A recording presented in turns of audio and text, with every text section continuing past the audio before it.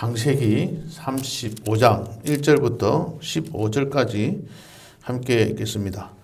하나님이 야곱에게 이르시되 일어나 베델로 올라가서 거기 거주하며 네가 내 형 에서의 낯을 피하여 도망하던 때에 내게 나타났던 하나님께 거기서 제단을 쌓으라 하신지라. 야곱이 이에 자기 집안 사람과 자기와 함께한 모든 자에게 이르되 너희 중에 있는 이방 신상들을 버리고 자신을 정결하게 하고 너희들의 어복을 바꾸어 입으라. 우리가 일어나 베델로 올라가자. 내 환난 날에 내게 응답하시며 내가 가는 길에서 나와 함께 하신 하나님께 내가 거기서 제단을 쌓으려 하노라 하매 그들이 자기 손에 있는 모든 이방 신상들과 자기 귀에 있는 귀고리들을 야곱에게 주는지라. 야곱이 그것들을 세겜 근처 상수리 나무 아래에 묻고 그들이 떠났으나 하나님이 그 사면 고을들로 크게 두려워하게 하셨으므로 야곱의 아들들을 죽여가는 자가 없었더라. 야곱과 그와 함께한 모든 사람이 가나안 땅 루스 곧 베델에 이르고 그가 거기서 제단을 쌓고 그곳을 엘베델이라 불렀으니 이는 그의 형의 낯을 피할 때에 하나님이 거기서 그에게 나타나셨음이더라. 리브가의 유모 드보라가 죽음에 그를 베델 아래에 있는 상수리 나무 밑에 장사하고 그 나무 이름을 알론바굿이라 불렀더라. 야곱이 바다나람에서 돌아오매 하나님이 다시 야곱에게 나타나사 그에게 복을 주시고 하나님이 그에게 이르시되 내 이름이 야곱이지만은 내 이름을 다시는 야곱이라 부르지 않겠고 이스라엘이 내 이름이 되리라 하시고 그가 그의 이름을 이스라엘이라 부르시고 하나님이 그에게 이르시되 나는 전능한 하나님이라 생육하며 번성하라. 한 백성과 백성들의 총회가 내게서 나오고 왕들이 내 허리에서 나오리라. 내가 아브라함과 이삭에게 준 땅을 내게 주고 내가 내 후손에게도 그 땅을 주리라 하시고 하나님이 그와 말씀하시던 곳에서 그를 떠나 올라가시는지라. 야곱이 하나님이 자기와 말씀하시던 곳에 기둥 곧 돌기둥을 세우고 그 위에 전제물을 붓고 또 그 위에 기름을 붓고 하나님이 자기와 말씀하시던 곳의 이름을 베델이라 불렀더라. 아멘. 여기 나오는 본문에 나오는 야곱은 하나님께 큰 축복을 받은 사람입니다. 그의 이름이 지금 이스라엘 나라의 국가명이 되었고 또 그의 아들 12명의 아들은 그의 후손들이 12지파를 이루게 되는 그러한 축복들을 아주 큰 축복을 받았습니다. 그러나 야곱의 일생을 보면 힘들고 어려운 삶의 연속이었습니다. 그가 애굽왕 바로 앞에서 내 나그네 길의 세월이 130년으로서 조상들의 연조에 미치지 못하나 험악한 세월을 보냈나이다 라고 해고하면서 말했던 것처럼 그는 참으로 험악한 세월을 보냈던 사람입니다. 자신의 꿈을 이루긴 했지만 어떻게 보면 힘든 그런 삶을 살았습니다. 이 야곱은 이삭이 60세였을 때에 바로 쌍둥이로 태어난 둘째 아들로 태어난 사람입니다. 그는 태어날 때부터 욕심이 많아서 형 에서의 발꿈치를 잡고 나왔습니다. 장자의 명분의 중요성을 알았던 그는 사냥 갔다가 돌아온 그의 형 에서의 배고픔을 이용해서 팥죽 한 그릇으로 장자의 명분을 샀습니다. 그것도 모자라서 아버지 이삭이 나이 많아서 눈이 어두웠을 때에 잘 보지 못하는 것을 이용하여 그의 어머니 리브가와 함께 공무하여서 장자가 받을 축복을 가로챘습니다. 이처럼 상대의 약점을 잘 활용하여서 자신의 이득을 취하는 자였습니다. 여기서 보면은 창세기 27장 12절에 보면은 속이는 자라는 말이 나오는데 이 속이는 자는 그냥 그저 속이는 정도가 아니라 조롱하는 사람이라는 그런 의미가 담겨져 있는 단어입니다. 아버지를 속이는 것이 바로 눈이 어두운 아버지를 조롱하는 것과 같다는 행위입니다. 형의 에서를 속인 것뿐만 아니라 아버지를 조롱하면서까지 그러면서 아버지와 형을 속여서 자신의 욕심을 자신의 유익을 추구한 사람이었습니다. 그래서 그는 자신을 죽이려는 행위에서를 맨날 동안만 피해 살면은 괜찮을 거라고 생각하고 그의 외삼촌 집으로 피난해 갔었지만은 그곳에서 20년이라는 긴 세월 동안 외삼촌 라반의 집에 있게 되었습니다. 자기가 사랑하는 어머니의 임종도 보지 못하고 그곳에서 살았던 사람입니다. 그곳에서 또한 외삼촌에게 자신의 품삯이 10번이나 바뀜을 당했습니다.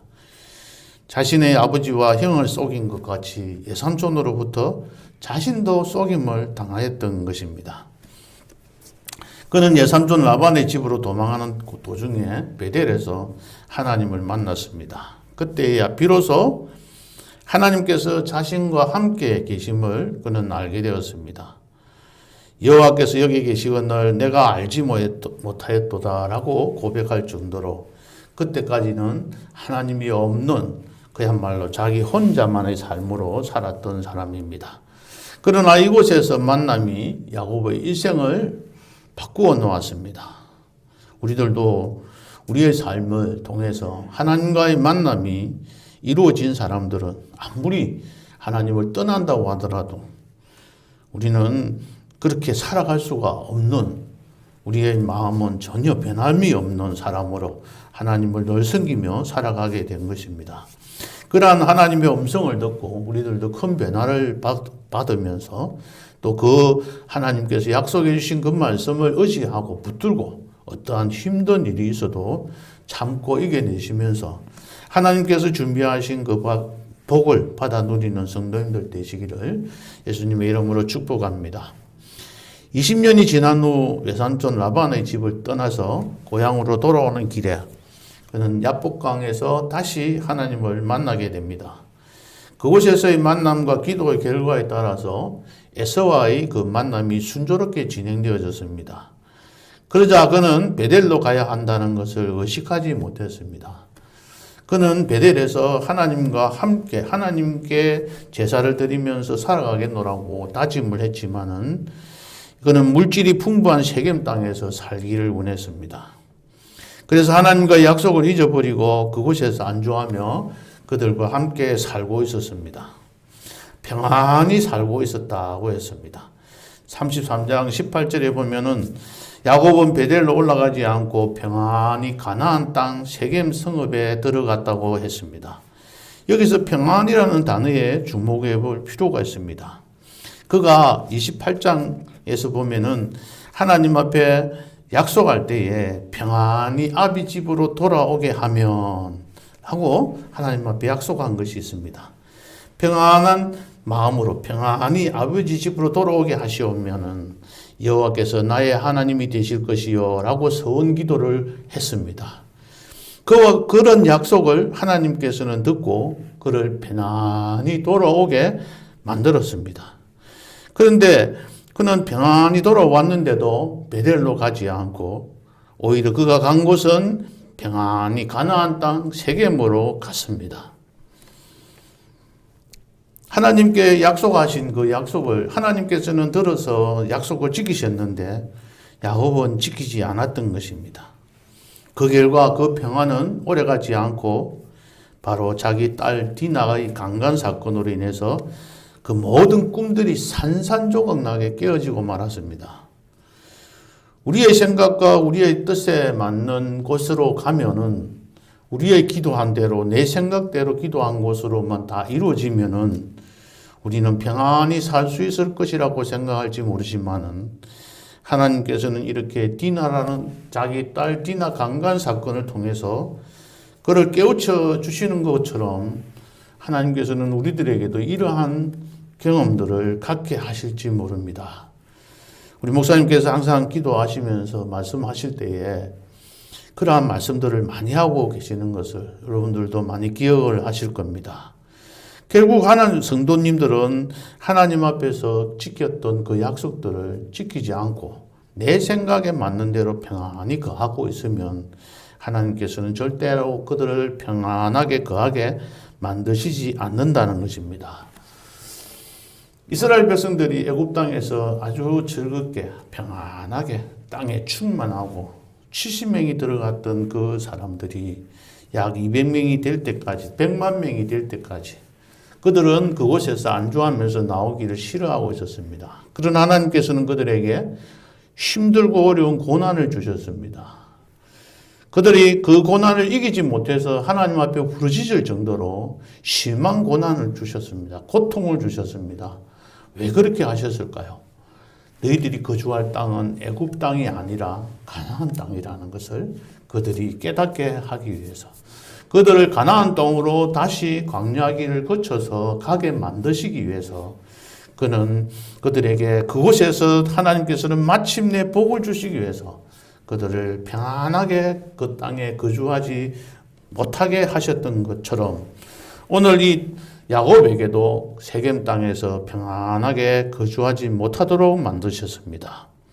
그래서 세겜에서 디나의 강간 사건이 일어나게 되고 그의 오빠 시므온과 레이는 세겜 사람들에게 할례를 받으면 너희들과 같이 서로 통혼하겠다 하고 거짓 맹세를 하고 그들이 할례를 받게 한 후에 그들을 진멸하는 사건이 있었습니다.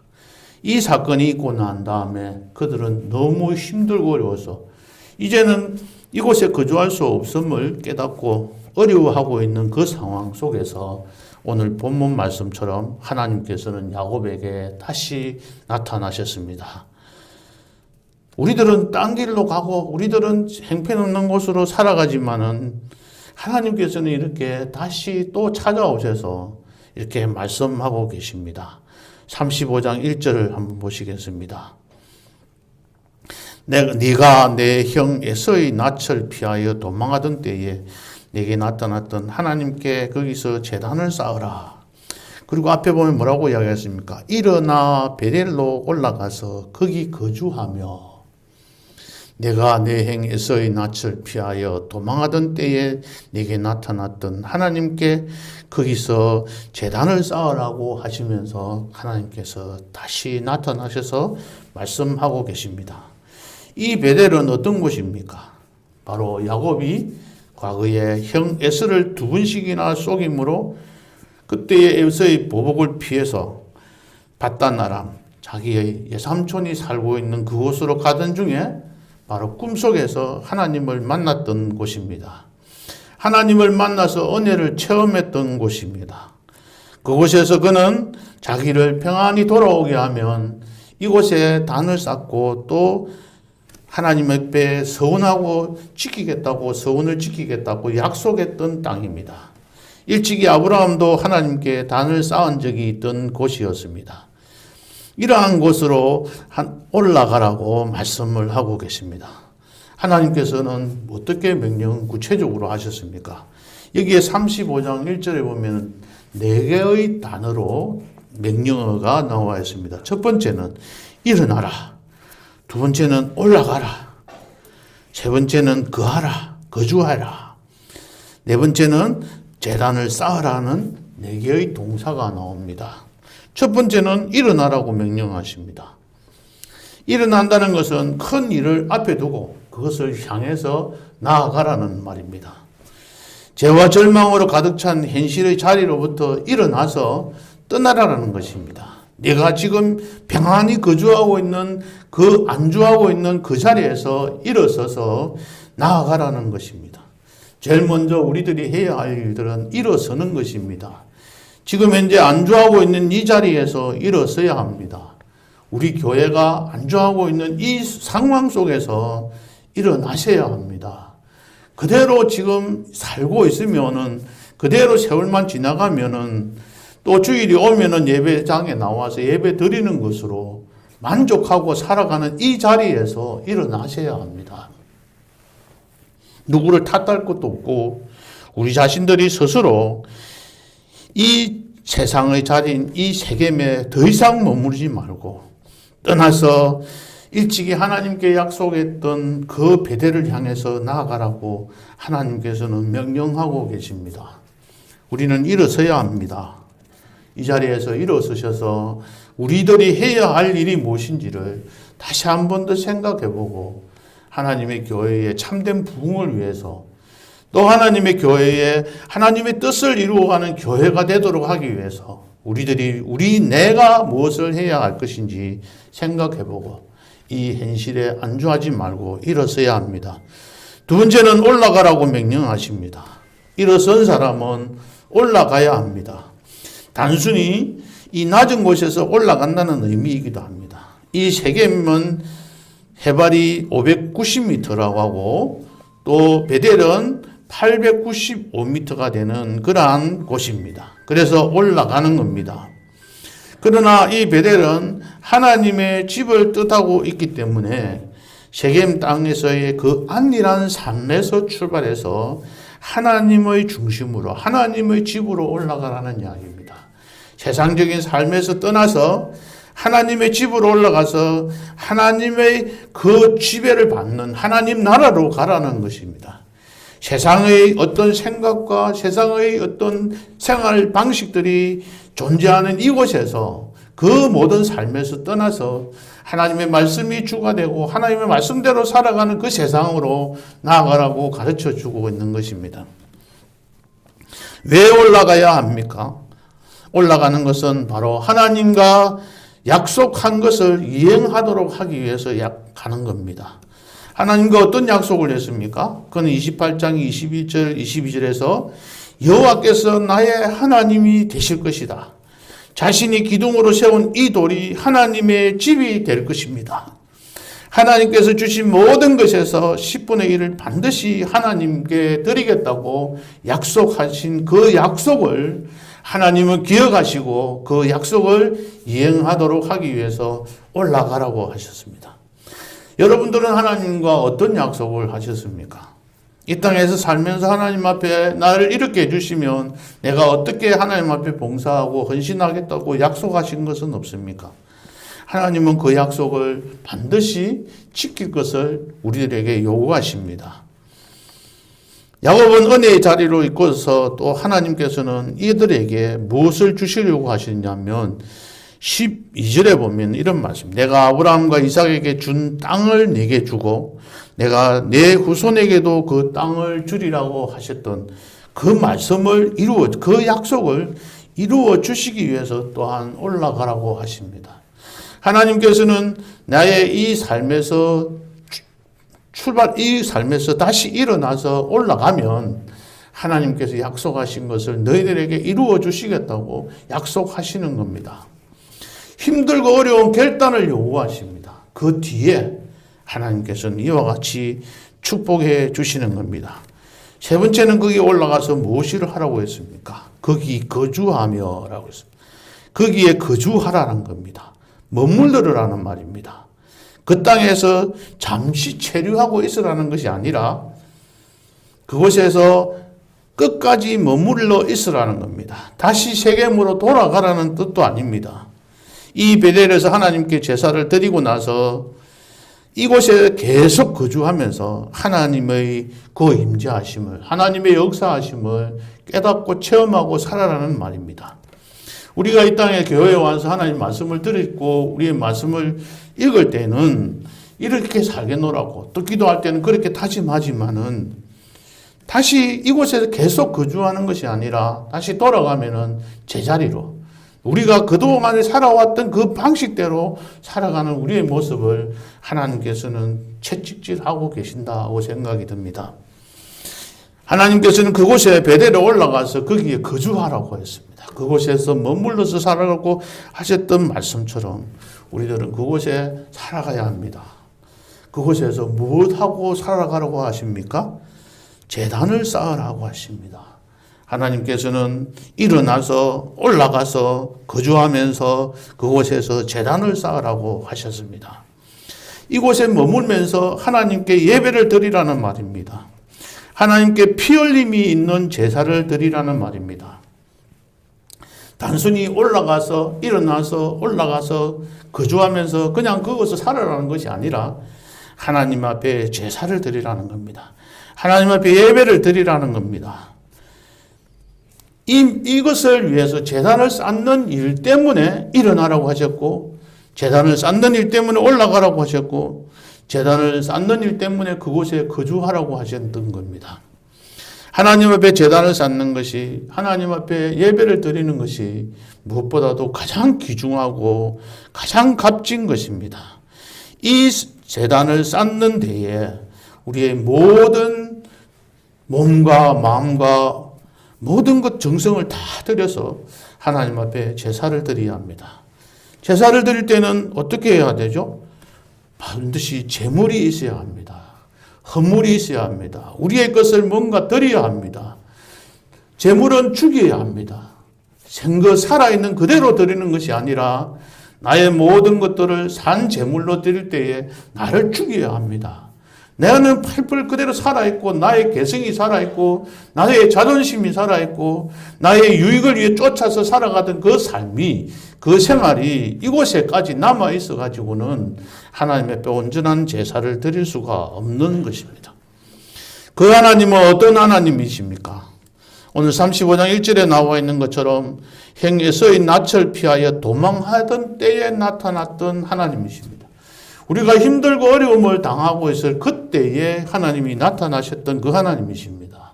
우리가 힘들어서 어려워서 기도할 때에 하나님께서 나타나셔서 우리에게 도움을 주셨던 분입니다. 그런데 우리는 잊어버리고 살아갑니다. 그런 하나님을 35장 3절에서 야곱은 어떻게 고백합니까? 환난 날에 나에게 응답하셨고 야곱이 가는 길에 함께 하신 하나님께 제단을 쌓으라고 하시는 겁니다. 우리들의 하나님은 여러분들에게는 어떤 하나님이십니까? 여러분들에게 어떻게 도와주셨습니까? 여러분들의 삶을 어떻게 하나님께서 간섭해 주셨습니까? 그런데 지금은 우리는 어떻게 살아가고 있습니까? 신명기 8장에서 새벽에 우리가 살펴보셨던 것처럼 여호와 하나님 여호와를 잊어버리고 살아갈 때가 참 많습니다. 왜냐하면 지금은 힘들고 어려운 삶이 아니라 그래도 남들보다는 못 살긴 하지만 그래도 먹고 또 편안하게 이 땅에서 살아가도록 인도해 주신 하나님이십니다. 그렇기 때문에 이런 때는 하나님을 잘 잊어버리고 사는 겁니다. 하나님을 잊을 만한 때에 하나님을 잊어버리지 말고 하나님인 여호와를 기억하면서 살아가라고 신명기 8장 18절에서 말씀을 하고 계십니다. 이런 제물을 드리고 제사를 드렸을 때 이 야곱은 하나님의 말씀을 그대로 수행하고 그대로 지켜서 행했습니다. 그럴 때에 하나님께서는 어떤 복을 주셨습니까? 5절을 한번 읽어보시겠습니다. 그들이 떠나서나 하나님이 그 사면 고을들로 크게 두려워하게 하셨으므로 야곱의 아들들을 추격하는 자가 없었더라. 이제 야곱은 겁이 나서 도망을 가야 될 그런 신세인데 베델로 올라가면서도 혹시 이들이 쫓아오지는 않을까, 자기들이 해하지는 않을까 걱정을 했는데 하나님께서 그 사면 고을들에 있는 사람들을 두려워하게 만드셨다고 했습니다.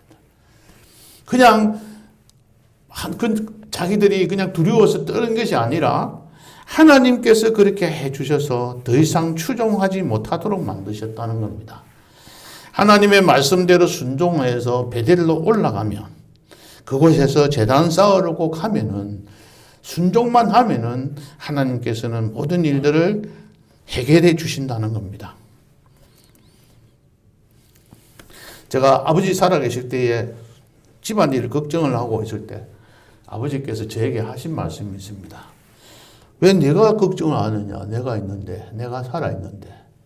그런 말씀을 하실 때 그 뒤로부터는 제가 집안일에 대해서 전혀 걱정하지 않았습니다. 아버지 그 말씀을 하실 때 제가 뜨끔하더라고요. 그래, 아버지가 살아계신데 내가 왜 집안 걱정을 하고 있느냐는 거죠. 하나님께서 우리들에게 이렇게 말씀하시지 않을까요? 내가 살아있는데 네가 왜 네 걱정하고 힘들고 그렇게 어려워 살고 있느냐고. 제 딸의 결혼을 앞두고 걱정하고 있을 때도 하나님께서 이와 같이 말씀해 주셨습니다. 그걸 왜 네가 걱정하느냐고. 그때 저는 두 손 들고 딸의 결혼을 허락해 줄 수밖에 없었습니다. 그 뒤에 그가 살아가는 모습들을 보니까 참 하나님께서 인도해 주심을 항상 느끼고 있습니다. 하나님께서 명령하시는 것을 지키고 그대로 순종하고 그대로 이행했을 때 하나님께서는 그 모든 삶을 책임져 주시는 겁니다. 35장 10절에서 20절에 보면은 이런 말씀이 있습니다. 하나님께서는 다시 나타나셔서 야곱에게 다시 약속하신 그동안에 있었던 그 언약을 재확인하고 축복해 주시는 말씀이 나옵니다. 10절부터 12절에 있는 말씀인데요. 하나님이 그에게 이르시되 내 이름이 야곱이지만은 내 이름을 다시는 야곱이라 부르지 않겠고 이스라엘이 내 이름이 되리라 하시고 그가 그의 이름을 이스라엘이라 부르시고 그랬습니다.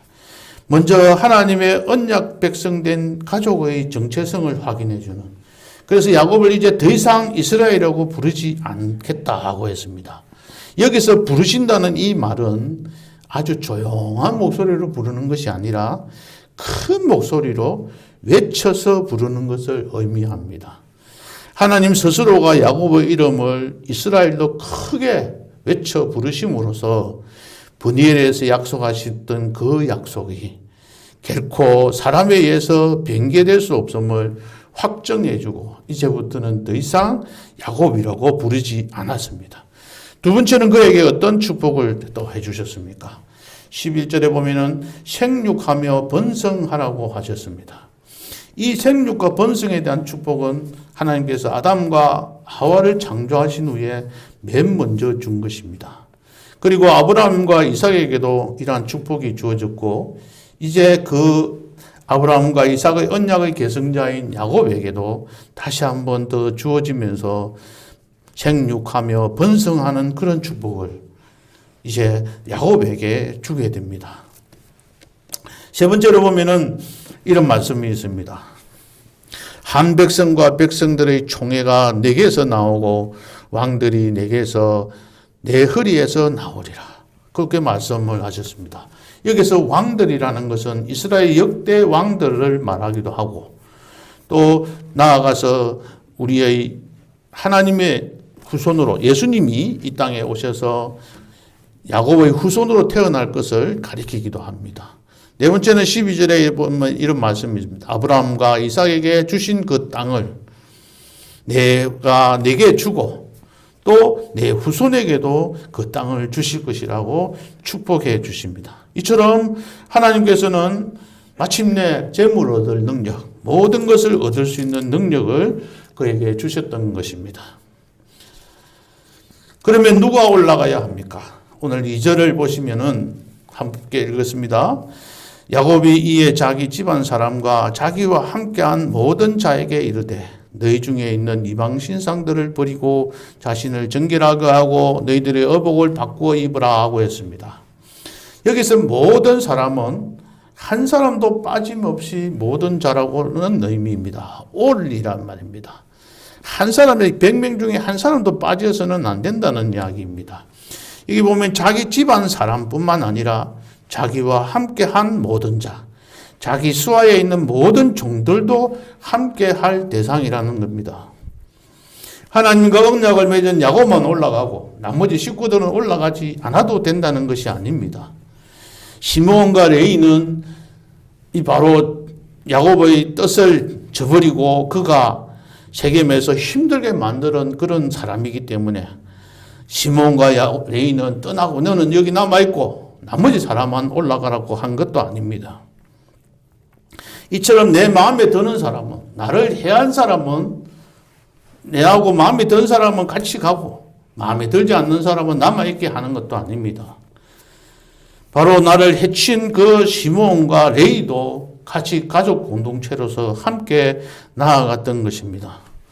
어디로 가야 합니까? 바로 베델로 올라가야 합니다. 베델은 바로 하나님과 언약을 맺은 곳이고 그곳에서 살아가야 하는 것을 말씀하고 있습니다. 요즘에 동계올림픽이 베이징에서 열리고 있습니다. 어제 아랫게 텔레비전을 보신 분들은 많이 분해하셨을 겁니다. 그 황대현은 그곳에서 뭐 파울이라고 해가지고 탈락을 시켜서 메달을 받지 못했습니다. 그 탈락 직후에 그는 그곳에서 자기의 인스타그램의 스토리에 이런 글을 올려놨다고 합니다. 장애물을 만났다고 반드시 멈춰야 하는 것 아니다. 벽에 부딪힌다면 돌아서서 포기하지 말라. 어떻게 하면 벽에 오를지, 벽을 뚫고 나갈 수 있을지, 또는 돌아갈 방법은 없는지 생각하라는 글을 올렸다고 합니다. 이처럼 베델을 향해 올라가는 그 길에는 장애물이 있을 것입니다. 그러나 이 장애물 때문에 포기하고 물러서서 남아 있어서는 안 됩니다. 그 장애물을 둔 사람을 원망해서도 안 됩니다. 나아가려고 하는데 방해하는 사람들을 나무라지도 않아야 합니다. 이것을 어떻게 하면 뚫고 나갈 수 있을지 기도하고, 이것을 어떻게 하면 해결할 수 있을지 생각해보고, 성령 하나님의 도우심을 구하면서 나아가야 할 것입니다. 우리 교회의 참된 부흥을 위해서 우리들은 기도하고 있습니다. 단지 기도로서 끝나는 것이 아니라 우리들은 다시 일어나서 올라가서 그곳에서 거주하면서 하나님 앞에 제단 쌓고 하나님께서 맡겨주신 사명을 감당하는 일에 우리들이 솔선수범해서 나아가야 합니다. 지금까지 안주해 왔다면은 이 안주했던 이 평안히 거하고 있는 이 자리에서 박차고 일어나셔서 우리 모두 이제 함께 올라갑시다. 그리고 이곳에서 뛰쳐나와서 다 함께 올라갑시다. 한 사람도 빠짐없이 주님 앞에서 더 주님께서 맡기신 사명을 감당하는 일에 최선을 다합시다. 그리하여 마침내 하나님께서 약속하신 축복을 받아서 누리는 복된 성도님들 되시기를 예수님의 이름으로 축복합니다. 아멘.